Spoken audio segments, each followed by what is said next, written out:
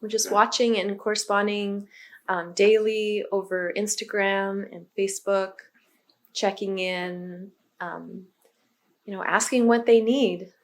And that's been kind of interesting because there's a lot of sympathy. And things change daily, but there's a lot of sympathy going out, people feeling sorry for them. They're very, very proud over there. Like, they're very proud, and they're still believing that they can overcome this, and they want support, but they don't really necessarily want sympathy. And they want people to stay optimistic and positive.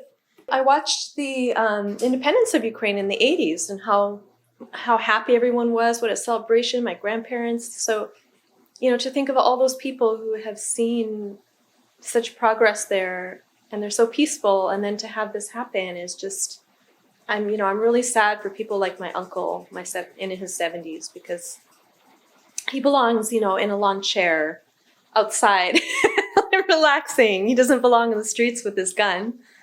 So he's basically said goodbye to me online, and now I watch him as he logs into Facebook, hoping that his light is still on, the little light that shows he's on. So, he goes away for a couple days, and I think the worst, and then I see he's back online. He's basically kind of grassroots fighting over there. It's very hard to work right now because it's just always on our minds. If you have family there, life has to go on here. You have to feed your kids, but it's very, very hard to get anything done because it's just always on your mind. You're waking up 4 times a night because of the time difference to just check the news or check on messages to see if everyone is okay. Kind of initially in the gear up to the invasion, she sent her children out of Kyiv to be safer with her parents in a more rural area of the country. And then she and her husband recently left Kyiv. They took 1 bag of belongings and they've moved to a city further to the central of the country that's also a little more rural, because the place where they had been living is currently in the middle of being bombed. So for their own safety, they left the city.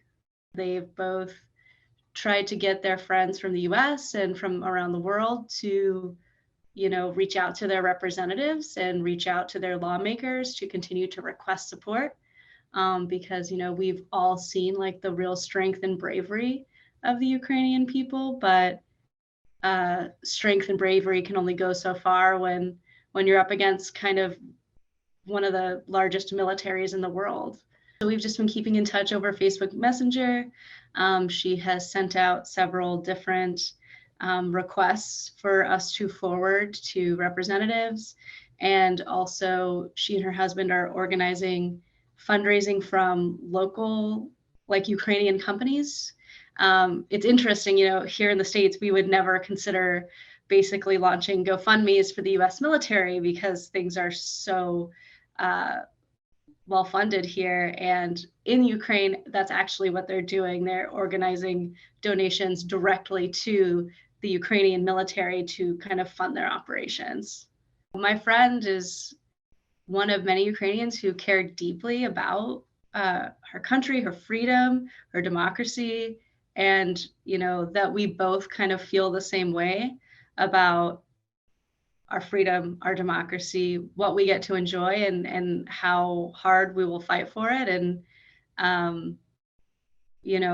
it's really hard to see that kind of fight and fire not be aided with everything that the free world can offer at this point.